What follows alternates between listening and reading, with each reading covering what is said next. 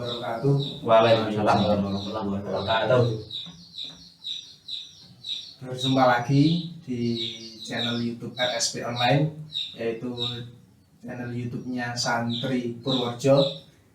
Yang mana pada episode kali ini kita akan berbincang santai mengenai keorganisasian. Yang mana dari ketika kita membahas organisasi, pastinya tidak lepas dari seorang leader atau pemimpin atau ketua. Untuk kali ini, sore hari ini kita sudah bersama dengan kami dua sosok leader atau ketua. Yang pertama ada Mas Abdillah Syafi'i, ketua dari IPNU PC Kabupaten Purworejo. Kabarnya gimana Mas Abdillah Syafi'i? Alhamdulillah sehat lancar puasanya. Yang kedua ada Mas Ajibi Rohman. Beliau adalah Ketua Umum RSP Robito Santri Purworejo. Mas Aji sehat? Alhamdulillah sehat terus nih alhamdulillah.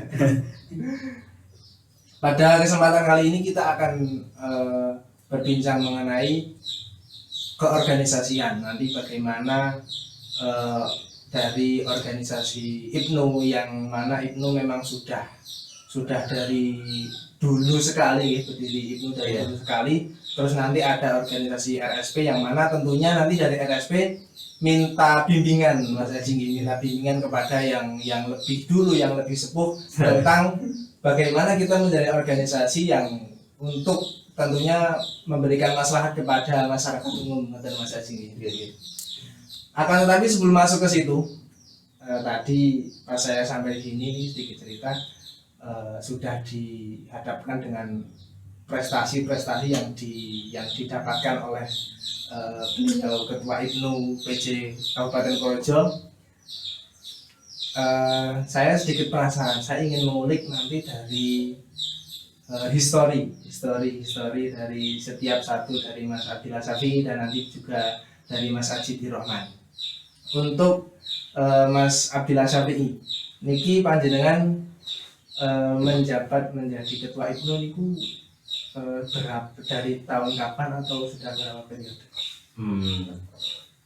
Untuk kaitannya untuk menjabat di Ketua IPNU, itu IPNU kan ada tingkatannya Mas. Mulai dari PAC itu ada ranting. Sebelum PAC itu ada ranting. Kalau sekolah itu namanya komisariat. Nah, tapi kalau tingkat kecamatan itu namanya PAC, kemudian tingkat kabupaten PC, tingkat wilayah BW, dan tingkat pusat PP. Nah, kebetulan untuk saya pertama kali masuk ataupun aktif di organisasi itu mulai dari pimpinan anak cabang. Itu dimulai pada tahun 2016-an. Anak cabang berarti kecamatan Brunei. Anak cabang kecamatan Brunei. Itu 2016. Itu saya aktif menjadi pengurus. Kalau kenal dengan IPNU, saya hafal Mas IPNU IPPNU itu 2008. 2008 itu jenengan sudah duduk di bangku MTS. Iya. Memang sudah aktif di organisasi. Iya. MTS itu kita sudah dikenalkan dengan IPNU dan IPPNU. Ini kan IPNU IPPNU kan dua organisasi yang memang berjalan bersamaan, tapi mempunyai kepala masing-masing. Gitu. Mempunyai dua ketua lah. IPNU itu untuk yang laki-laki, kalau IPPNU untuk yang putri. Gitu. Tapi kedua itu berjalan secara bersamaan. Setiap kali kita membuat program juga bersamaan. Gitu. Kita saling bersinergi. Karena tentu misi dan visi dan misi kita sama. Gitu. 2008 saya sudah hafal Mas IPNU dan IPPNU lah.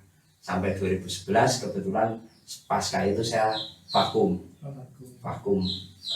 Paling di rumah itu ya ketika liburan pondok. Setelah 2011 saya kenalnya kan di Anawawi Berjani. MTS di Anawawi Berjani. Karena ya mungkin pada waktu itu labilnya saya nggak pengen meneruskan sekolah. Oh gitu. Jadi pada waktu itu mungkin pikiran saya sekolah nggak penting lah. Saya lebih suka dunia pesantren. Akhirnya dilemparlah yang lebih jauh supaya nggak pulang ini. Jauh. Di mana ya? Di Kediri. Di Alfa Loso. Setelah selesai MTS di Anawawi, Alfa Alfa Ploso. Ploso. Nah, baru setelah pas dari Alfa Ploso 2016 saya pulang dari Ploso, saya aktif di organisasi itu sebagai pengurus. Oh, iya, iya. Gitu. Kemudian Dan apa ya, untuk apa namanya, untuk ketua itu di Kecamatan Buno saya 2017-2019 2017-2019 itu menjadi ketua, karena memang di IPNU IPPNU itu masa hikmatnya cuma 2 tahun dan tidak boleh dua kali, periode, dua periode ya benar boleh. hanya 1 periode. Berarti dari PAC dari Bruno kemudian naik ke PC-nya seperti apa nih? Naik ke PC-nya awalnya saya bukan di PC itu, mulai dari departemen mulai kaderisasi, kemudian sampai departemen. Kemarin itu wakil ketua 4, sebelum hari ini saya menjadi mandataris ketua IPNU Kabupaten Poso itu wakil ke-4 atau ke-5 bidang seni budaya dan olahraga. Dan kemarin pasca konvercap di Gerabak di Nambangan kemarin itu terpilihlah saya sebagai ketua. Jadi memang dari kecil sudah dikenalkan dengan organisasi, kemudian untuk nopo nggih, secara apa namanya, untuk menjadi pemimpinnya memang sudah dari dini, dari cabang memang sudah punya pengalaman, kemudian naiklah ke PJ gitu ya. Itu. Kemudian untuk Mas Aji sendiri ini, Mas Aji, belum banyak yang tahu gitu, tentang RSP ini memang organisasi yang baru, berbeda dengan IPNU yang memang di khalayak umum sudah tahu semua. Nah, sekaligus jenengan adalah ketua umum perdana RSP dari awal berdirinya RSP. Bisa diceritakan sedikit masa berdirinya RSP, terus nanti kedepannya seperti apa nih? Bisa diceritakan sedikit dulu, Mas. Sebelumnya bismillah, alhamdulillah, wassalatu wassalamu ala rasulillah wa ala alihi wa sahabatihi wa man tabi'a sunnatahu wa jama'atah min yaumina hadza ila yaumin nahdah. Yang terhormat sahabat Abdillah Syafi'i, rekan. Kalau Ibnu rekan ya, rekan. Kalau sahabat itu yang ansor, sama Mansur itu sahabat. Jadi nggak boleh saya memakai bahasa rekan, rekan Abdillah Syafi'i selaku ketua PC Ibnu, betul ya? Ketua PC Ibnu Kabupaten Purworejo, Mas Nasrullah selaku moderator pada kali ini, yang mudah-mudahan semuanya dirahmati oleh Allah Subhanahu wa Ta'ala. Ya, sebelumnya memang masih kurang familiar apa itu RSP ya. Kami membuat wadah lalu dinamai RSP itu memang ada tahapannya, Mas moderator. Ada tahapannya, juga ada di situ ada sedikit banyak apa namanya ya, mungkin bisa dikatakan sandiwara, di situ juga ada.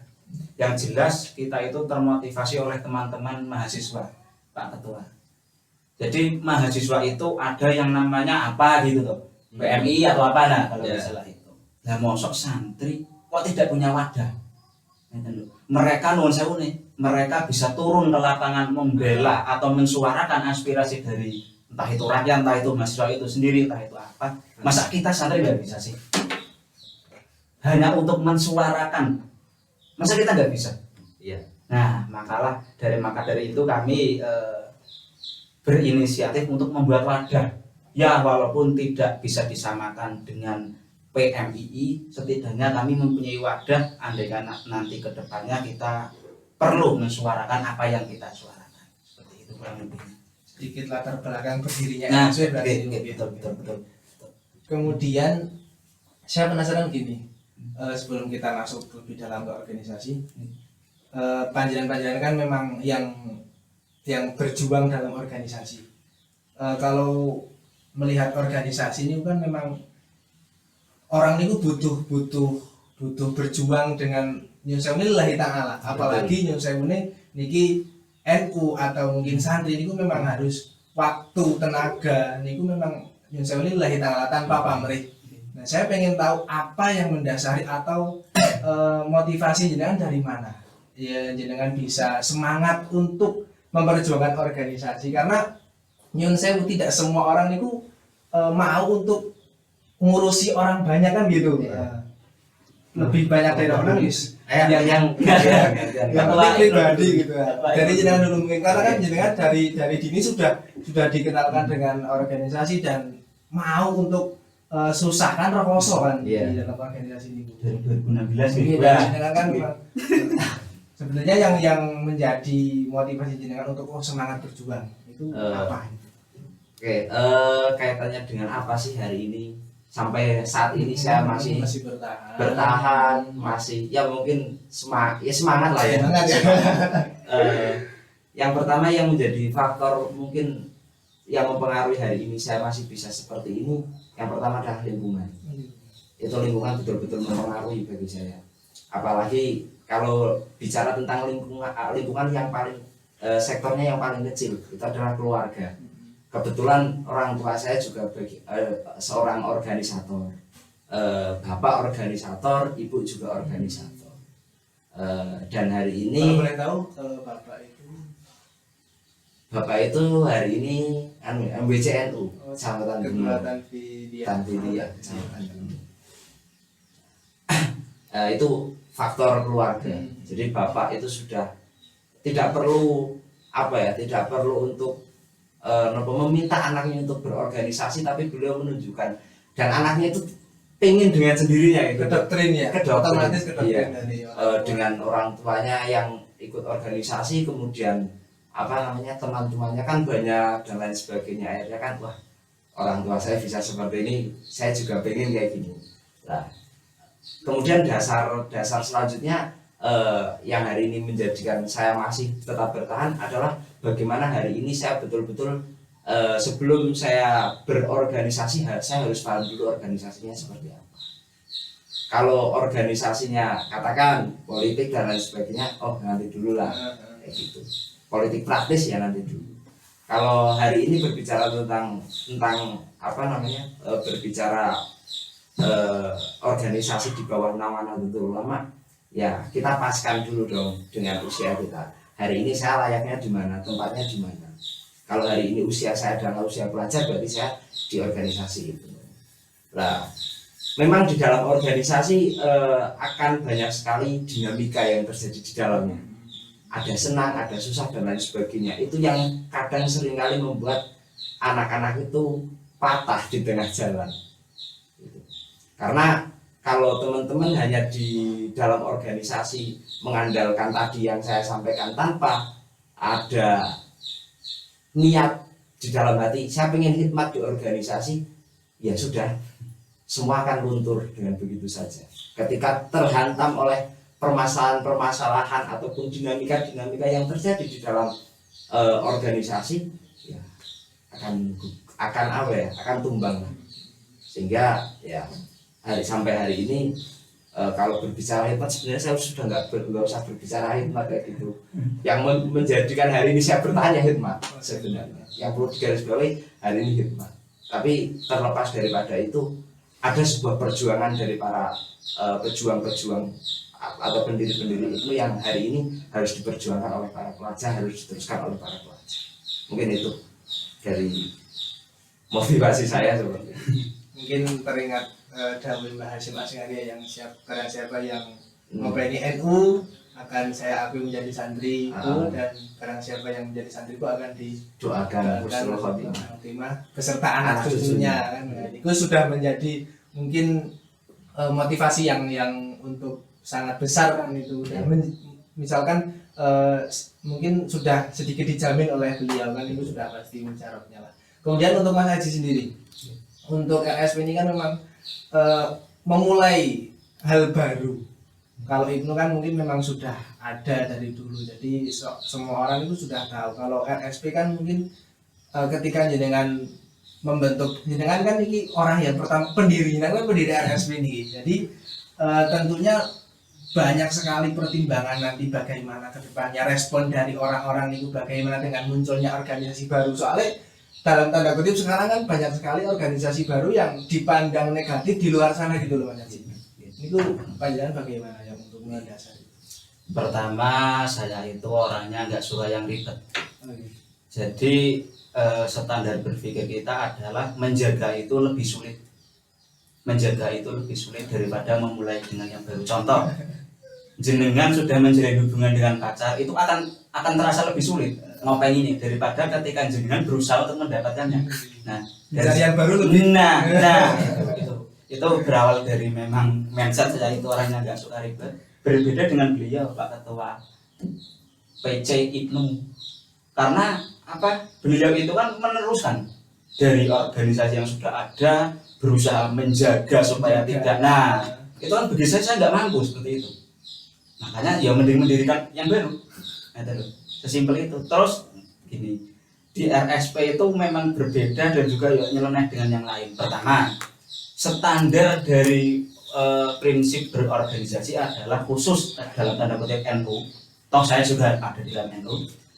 Jangan sesekali kita mencari uang di organisasi ataupun organisasi dijadikan alat untuk mencari uang. Ngerti di Pak? Nah, tapi di RSP tidak.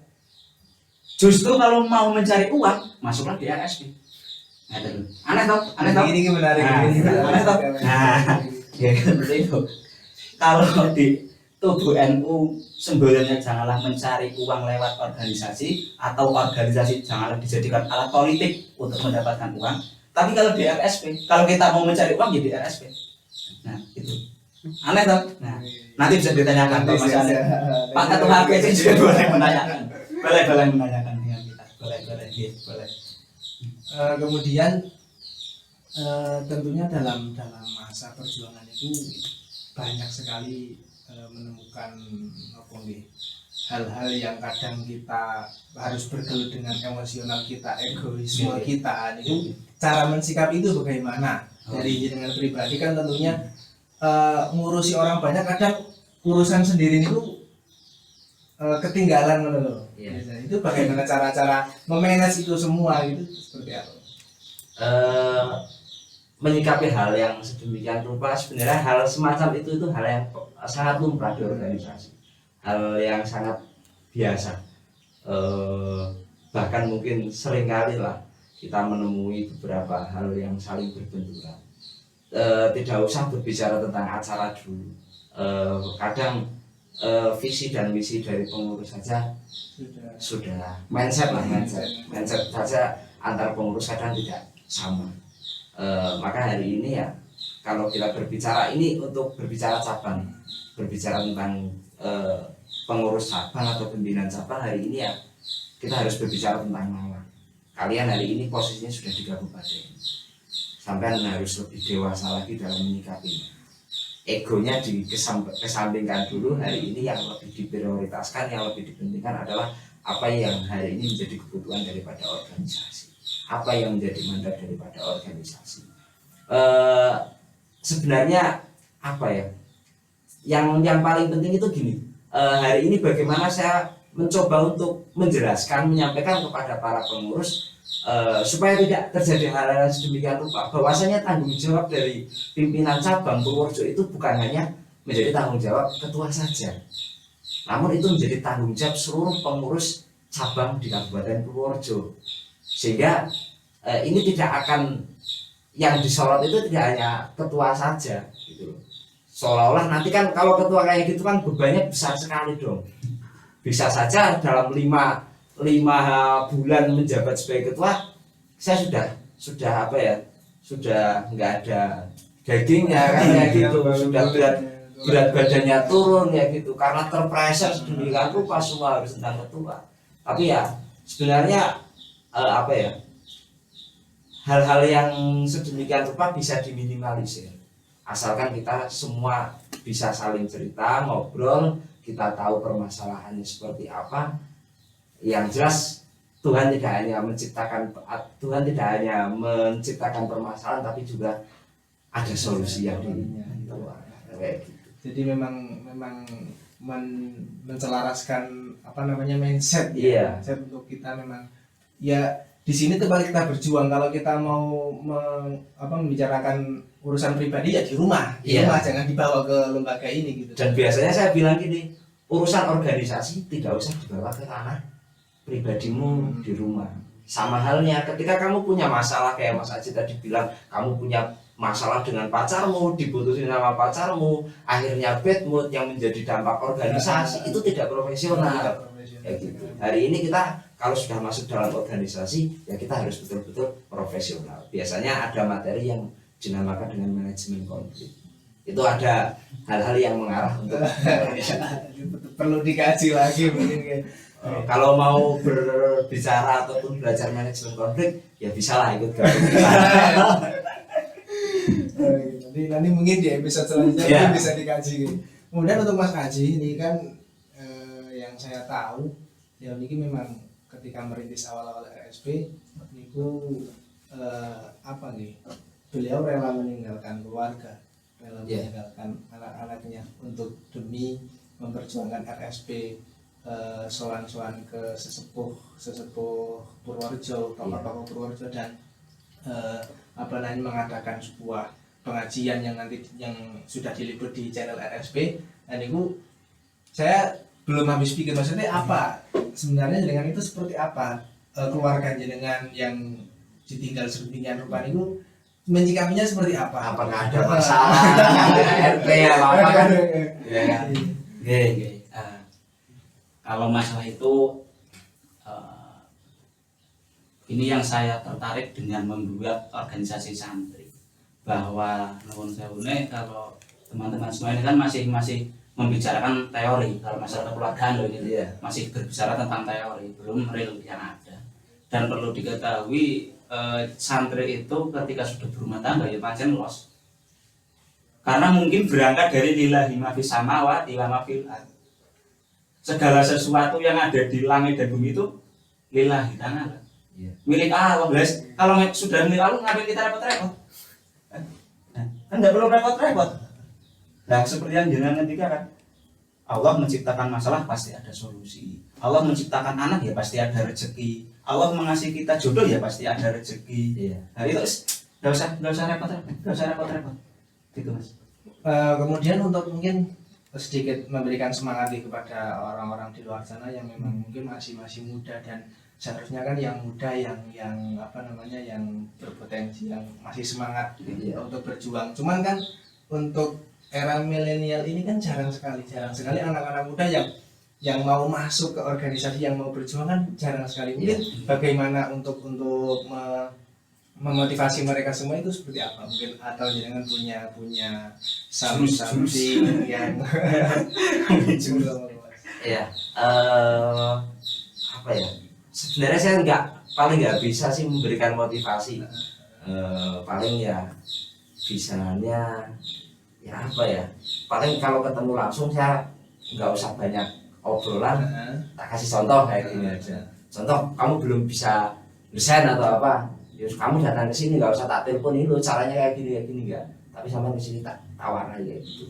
Nah, untuk hal-hal yang sedemikian rupa tadi disampaikan oleh Mas Nasrullah, bahwasanya sih bagaimana hari ini memotivasi teman-teman yang hari ini belum masuk di Ormadah ya, organisasi, supaya mereka termotivasi bisa masuk ke dalam wadah, ikut berjuang bersama kita.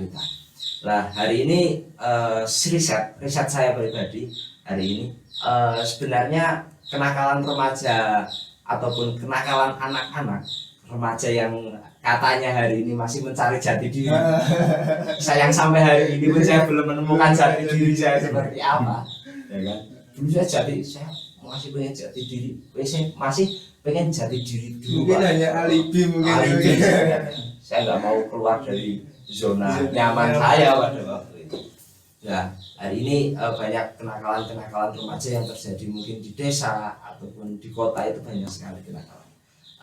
Itu salah satu penyebabnya menurut riset saya adalah tidak ada wadah bagi teman-teman yang nakal itu. Bayangkan hari ini teman-teman hanya nongkrong di jembatan ataupun di mana lah tempatnya, yang kadang tidak ada kopinya, tidak ada rokoknya, dan lain sebagainya. Bayangkan ketika ada salah satu wadah, katakan Ibnu, hari ini wadai, kemudian teman-temannya sedemikian rupa hari ini diajak untuk ikut Ibnu, kemudian ikut, katakan hari ini ada selapanan lah, katakan selapanan atau apapun bentuk kegiatannya, itu kan di dalam wadah itu kan pasti nanti dikasih teh atau kopi atau minuman Ada dan lain fasilitas. sebagainya, ada fasilitas, kemudian teman-temannya adalah teman-teman yang dalam kategori positif, kemudian juga ada orang yang mau idotul hasanah ataupun motivator-motivator yang nanti akan mengisi acara itu, yang mana hal tersebut pasti akan membuat apa ya, mindset mereka berubah menuju ke arah yang lebih baik. Jadi kalau menurut saya, bagi para teman-teman yang hari ini belum berjuang ataupun belum ikut bergabung di wadah ini, ya silahkan sampai tentukan wadah-wadah yang memang itu menjadi apa ya, wadah yang tepat untuk sampean. Kalau pelajar ya ada di IPNU, kalau ada santri tadi ada RSP, kemudian juga kalau di kepemudaan itu ada gerakan pemuda Ansor dan lain sebagainya, itu ada wadah dan semuanya itu positif dan akan ada sesuatu hal yang baru, pelajaran yang amat sangat berharga yang saya sendiri nggak saya dapatkan di sekolah ya gitu loh, tapi didapatkan di dalam organisasi ini luar biasa. Bahkan saya katakan kalau berbicara tentang apa yang menjadi sampai hari ini yang membentuk saya sedemikian rupa adalah lingkungan. Saya ngopi dengan Mas Ajit, saya ngopi dengan teman-teman santri, kemudian siapapun itu. Kalau dunia pendidikan saya kategori saya cut ya, kalau pondok pesantren itu full hari ini bagian dari pengaruh saya. Tapi kalau mungkin formal, mohon maaf, hari ini 80% apa yang menjadikan hari ini saya bisa seperti ini bukan dari pendidikan formal. Pondok atau itu. Iya. Jadi Tapi mungkin adanya tarbiyah untuk jenengan di organisasi ini. iya. Kalau di pondok kan memang sudah ada ta'alum dan tarbiyah yang membentuk atau membentuk kepribadian orang itu seperti apa kan sudah ada. Public speaking juga biasa kan. Kalau malam disuruh sawer, kalau paginya disuruh bayin kan ya. Jadi memang untuk anak-anak yang memang belum masuk ke wadah itu mereka tidak terarah nih. Iya. Mereka itu ya berkelompok dengan semua anak tapi tidak terarah ini mau kemana ngapain itu kan tidak jelas. Iya, Nah, tidak jelas. jika masuk ke IPNU ataupun masuk ke RSP kan niku tujuannya apa? Ketika ngobrol duduk santai niku yang diobrolkan juga jelas untuk apa kedepannya kan. Dan menurut saya Mas, hari ini adanya RSP, adanya IPNU itu betul-betul harus bisa menjangkau orang-orang tersebut.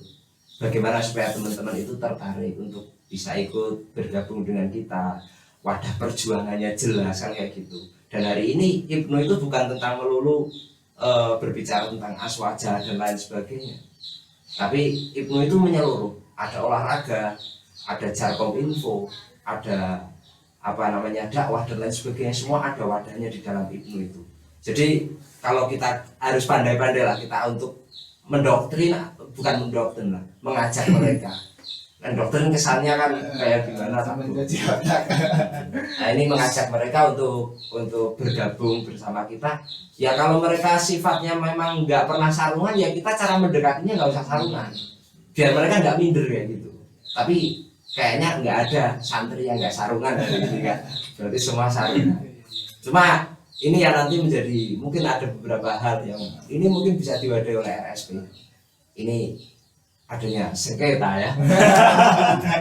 Sengketa itu nanti lebih hangat. Mungkin untuk yang pelajar kan lebih familiarnya Iya. itu mungkin lah. Untuk RFP sendiri kan per hari ini pun masih banyak santri-santri yang enggan untuk ikut RSP karena mungkin tidak semua santri juga punya mental untuk gabung ke organisasi Iya. kesantrian. Nah, itu bagaimana Mas Haji untuk mereka dan tidak mau lah untuk welcome, kita kan sangat welcome gitu.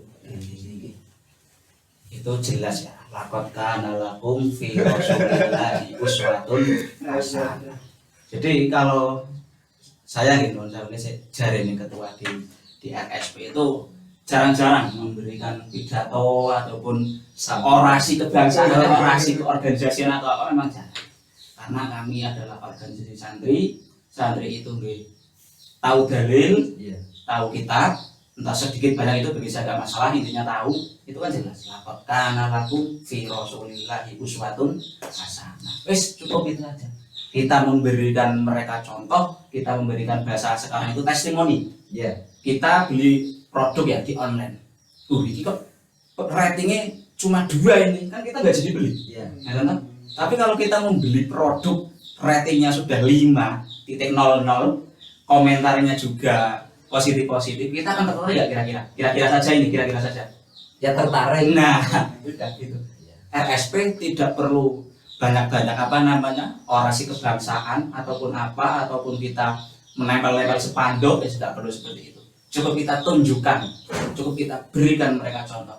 Nah, otomatis akan seperti itu. Seperti halnya kita jual beli. Saya memang ini sedikit cerita nih, kalau punya pengalaman. Saya nggih backgroundnya kan memang pondok salaf. Ya waktu madrasah itu memang orangnya belum berani, belum mental untuk bertemu dengan orang-orang baru. Setelah saya selesai di madrasah, kemudian di struktural kepengurusan itu memang masuk ke mana pengurus yang sering keluar terus ketemu orang-orang baru, dan itu memang pengalaman ilmu yang didapatkan dengan ketemu orang baru, kita ngobrol, hanya sekedar ngobrol, itu memang yang tidak didapatkan di waktu kita belajar. Itu memang sesuatu yang makanya kan di pondok pesantren ada masa khidmah. Itu memang pada masa khidmah itu hal-hal yang tidak ditemukan pada selain khidmah itu memang ada. Terus untuk khidmah di organisasi, saya juga punya cerita sedikit nih. Buat Santai. Saya. Waktu saya ke salah satu wali santri dari Pondok Maron itu daerah Jogja, Kulon Progo, pengasi Kulon Progo. Jadi itu kan anaknya di Maron terus beliau cerita dulu niku sebelum anaknya mondok niku punya usaha nopo. Pokoknya dia sampai jadi bos. Punya beberapa gudang. Jadi memang tapi 24 jam dia niku hanya untuk mengurusi duniawi, kerja tidak pernah memikirkan organisasi atau apa niku mboten pernah. Dan niku sampai pada titik niku sukses lah, niku bisa dikatakan sukses. Sampai pada titik beliau kecelakaan terus semua hasil kerja kerasnya niku ludes untuk membiayai pengobatan. Nah, mungkin itulah kenapa jalan Allah untuk menyadarkannya kan gitu. Nah, setelah kecelakaan terus semua harta hasilnya niku habis untuk pengobatan niku sowan ke ulama daerah situ lah, terus akhirnya anaknya putranya itu dipondokkan ke Maron. Dan setelah itu mindsetnya berubah yang tadinya uripe niku hidupnya hanya untuk duniawi, hanya untuk kerja niku sekarang mulai sedikit aktif ke organisasi, aktif ngurusi masyarakat, lebih ke ketika ada acara misalkan mulut dan Jepang niku lebih ke panitia, mungkin semangat ngurusi masyarakat niku. Memang beliau mengakui sedikit tapi nopo nggih berkah, maksudnya cukup ngoten lho. Yang tadinya waktu sebelum ada itu niku apapun dia punya tapi belum merasa cukup. Niku perbandingannya dengan sekarang niku lebih hatinya lebih tenang, tidak terkejar oleh duniawi. Ya, mungkin apakah dari mungkin Mas Abdillah atau Najib pernah tidak merasakan sampai titik ke situ yang memang enaknya berjuang niku di sini ngoten lho. Nah, pernah belum sampai ke titik itu? Dari Mas Abdillah dulu mungkin. Kok Mas Abdillah?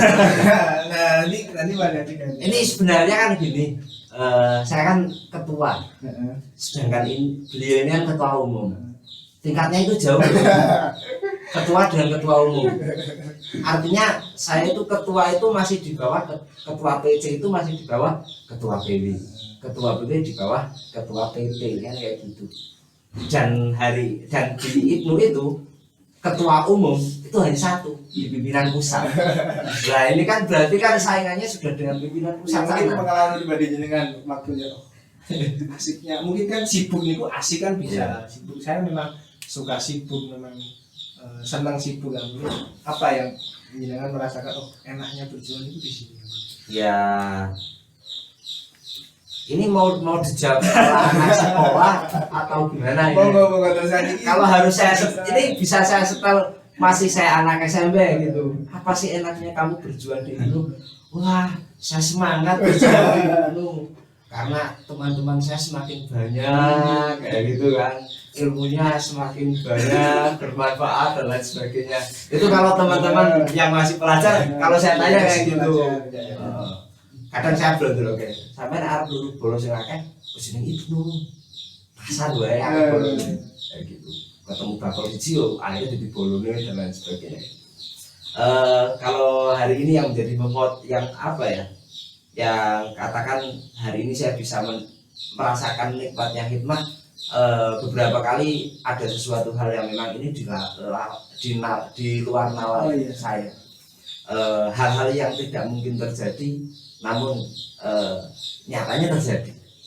Dulu 2017 atau 2016 itu pertama kali saya menjadi panitia sekaligus ketua panitia Makesta Raya, di mana pada waktu itu PAC Kecamatan Buno belum ada apa ya, belum pada masa itu masih kesulitan menata pengurus dan lain sebagainya, sehingga terjadi katakan kalau di rumah tangga ya prahara rumah tangga kayak gitulah.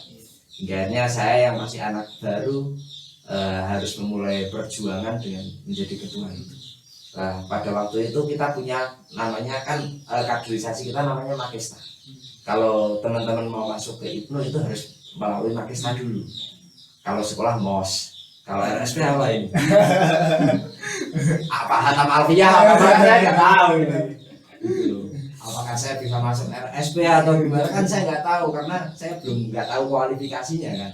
Nah, kalau di Ibnu ada Makesta kalau masuk di situ. Nah, dulu itu ada yang namanya Pramakesta. Pramakesta itu pembekalan teman-teman supaya ketika nanti Makesta sudah tidak materinya, katakan bawa ke Makesta itu bawa gelasnya sudah tidak kosong, minimal ada isinya. Ketika ada isinya kan bisa untuk bahan untuk diskusi lah. Nah, nggak belum nggak bingung dan lain sebagainya. Pada waktu itu Pramakesta diadakan 4 kali dalam 1 bulan setiap hari Minggu. Nah, yang tadinya ini uang ini berbicara tentang finansial, uang itu yang harusnya bisa digunakan untuk acara Pramakesta dan Makesta Raya, namun ternyata ketika Pramakesta uang sudah habis. Itu. Dan pada waktu itu kan ketua PAC-nya memang sedang tidak ada di Purworejo, sedang keluar kota, yang mana ya saya harus sambat kepada siapa ya, harus dipikirkan. Ya saya mencoba untuk menjadi orang yang tegar meskipun ya pada waktu itu betul-betul berat. Saya ingat betul pada waktu itu saya harus cari uang dari mana untuk supaya kegiatan Makesta ini tetap berjalan. Ini sudah setengah perjalanan loh mas, sudah di tengah perjalanan tiba-tiba amunisinya Mas Aji ini habis. Sudah gimana kalau nggak ada Makesta? Iya. Sudah di tengah perjalanan amunisinya habis. Saya pada waktu itu punya handphone Xiaomi Redmi 3. Pada waktu itu harganya ya cukup lah gitu. Saya dapat HP itu ya, dari harga 900.000. Karena pada waktu itu saya masih sedang COD-an tukar tambah. Lah kemudian ada teman saya di pondok pesantren, Mas aku butuh HP, ini aku ada duit. Saya butuh HP tapi saya nggak punya uang, kata dia. Lah jok piye, yuk gimana? Saya punyanya laptop, kata dia. Sampean nambahi uang 500.000 karo HP-nya sampean, nanti laptopnya tak kasih pinjamnya. Oh ya sudah. Akhirnya laptopnya saya terima dan saya belum bisa membayar laptop itu tambahan itu karena memang saya belum punya uang. Akhirnya laptop sudah di tangan saya. Nah tiba waktunya, tadi kan itu kejadian itu berawal dari 1 minggu yang lalu, 1 minggu sebelumnya lah, sebelum ada kejadian amunisi habis itu. Kemudian amunisi habis dan harta satu-satunya yang paling berharga milik saya adalah laptop. Maka saya posting di Purworejo, nggak ada yang respon Mas Haji. Di Purworejo itu nggak ada yang respon. Mungkin belum ada Haji Troni. Itu di Purworejo nggak respon. Saya posting di Wonosobo, ada yang respon. Pada waktu itu laptop itu terjual seharga 2.500.000. Laptop tetap terjual di 2.500.000. Dan yang anehnya, yang membeli itu bukan orang dekat-dekat Wonosobo, dekat tetangga kita, tapi betul-betul perbatasan dengan Banjarnegara saja. Dan orangnya itu juga mau untuk ketemuan di Kepil, di Cawangan itu loh Mas Haji. Itu kan jauh banget, 3 jaman, 2 jaman lah, 3 jaman lah untuk sampai ke sana. Dan orangnya begitu welcome dan lain sebagainya. Akhirnya semua terjadi di situ. Artinya hari ini saya berjuang di IPNU itu tidak sendirian. Para ulama-ulama hari ini mungkin secara jasad mereka sudah wafat ya. Tapi keberkahan mereka, beliau-beliau ini kan hari ini masih bisa kita rasakan. Nah, salah satunya hari ini saya selalu yakin bahwasanya setiap kali berorganisasi, pahit ataupun manisnya, kita sedang ditonton, sedang disaksikan oleh para pendahulu kita. Kalau hari ini kan mindset saya sudah sampai ke situ, jadi saya nggak bisa main-main di organisasi gitu loh. Saya biar keren-kerenan saja di organisasi sudah tidak fasenya, sudah lewat masa itu. Iya, saya mau pakai jas atau nggak pakai jas, yang penting kalau hari ini saya berorganisasi di IPNU ya harus sungguh-sungguh, karena saya ditonton sama para ulama-ulama, ada Mbah Tua Lamatur dan lain sebagainya. Ya itu. Jadi memang ada min haitsu la yahtasib gitu, jalan-jalan yang ya kan harus memang berpikir luas banget. Tadi di posting di Wonosobo nggak ada, kita harus melebar ke Wonosobo kan. Ternyata rezekinya memang dari Wonosobo kan, kita suka tidak tahu lah maksudnya jalan-jalan yang diberikan oleh Allah. Nah untuk Mas Haji sendiri, yang saya pernah dengar nih Mas Haji, cerita jenengan sebelum jenengan memang kembali ke sini terus jenengan mendirikan adanya RSB. Kalau sedikit pernah mendengar cerita jenengan yang masa lalu. Apakah niku menjadi menjadi mendasari untuk jenengan, saya sudah lelah dengan dunia yang mungkin nyusahin ini bukan dunia gelap gitu. Nah, itu bisa sedikit diceritakan Mas Haji untuk motivasi, karena kan ada juga orang yang aku ki wong elek apa ya pantes milu nanggon wong-wong sing memang apik, belum ada background untuk kenakalan mungkin atau hal-hal yang kurang baik. Nah, itu mau diambil yang seperti apa itu bebas ya, mau diambil apa namanya, ibarat kata saya sudah bosan dengan kehidupan di luar itu bisa juga diambil dengan apa namanya, memang itu cita-cita saya ataupun itu memang sudah saya pikirkan, sudah saya perhitungkan. Saya mau lulus dari pondok, saya nikah, lalu saya hidup di luar berapa tahun, saya harus kembali, lalu setelah saya kembali saya mau ngapa, itu sudah ada cara matematikanya, kalkulatornya, itu bisa berangkat dari situ. Tapi yang jelas saya berangkat dari yang satunya saja. Saya sudah lelah dengan kehidupan di luar, yang nuwun sewu nih ya, dibilang nakal ya juga tidak nakal, yang jelas kita tidak ada harapan ke depannya, kita tidak ada cita-cita. Ibarat jalan itu wis yang penting melaku wis, sedangkan dunia ini kan bulat. Kita tidak akan menemu ujungnya itu di mana, ya muter-muter terus. Normalnya manusia kan pasti tidak mau seperti itu. Niku pas waktu jenengan kan jenengan dulu jenengan dulu di Aliman Bulus ya. Nggih. Di Aliman Bulus terus bisa ke kan yang saya nggih bukan berarti kita ngomong luas atau tidak luasnya. Kalau dari Aliman Bulus terus ke situ kan itu bagaimana gitu loh, jalurnya seperti apa kok yang bisa sampai ke melalang buana segitu lamanya kan. Kita itu nek habis makan piring kita apa? Kan kotor. Kita mau niat untuk mencuci, untuk ngasasai. Kira-kira yang mau kita asasai itu yang piring habis buat kita makan yang kotor atau yang masih numpuk-numpuk bersih-bersih itu Mas? Iya, sudah kotor. Nah, ya udah seperti itu. Seperti itu. Lebih disederhanakan karena penonton kita mungkin dari semua kalangan aja. Oke. Jadi kalau kita mau nyapu ya nyapulah di tempat yang kotor. Ini kan sudah bersih nih, nggak perlu kita sapu. Kita ngasasai, asasailah yang kotor. Jadi begini Mas, tidak selamanya kita itu harus hidup di zona yang sudah aman. Kita harus hidup di zona nyaman. Itu tidak selamanya seperti itu. Bahkan mindset para pemberani ini, menurut saya deklarasi nih. Mindset para pemberani itu tidak ada kehidupan yang dimenangkan tanpa dipertaruhkan. Artinya, nek kita hanya seperti itu saja, kita tidak berani mengambil resiko. Ya udah, hidup kita monoton seperti itu saja. Ini murni untuk jenengan hanya cari pengalaman atau ya seperti itu. Terus kemudian apakah dengan hanya pada titik saya sudah jenuh, saya ingin kembali ke mungkin itu, apa ada yang lain? Ya bisa dikatakan seperti itu, ya bisa dikatakan ada tahapan selanjutnya. Ada tahapan Ya, ya. selanjutnya. Kan kita seperti naik tangga loh, tangga 1 sudah kita ngegame Iya. level 1 sudah kita kan naik. Kalau kita belum selesai berarti kan remedi. Kalau Iya. kita ujian remedi, berarti artinya membuat disimpulkan sendiri. Saya sudah tidak di kehidupan nakal, apakah sudah naik level atau remedi atau membuat simpulkan sendiri.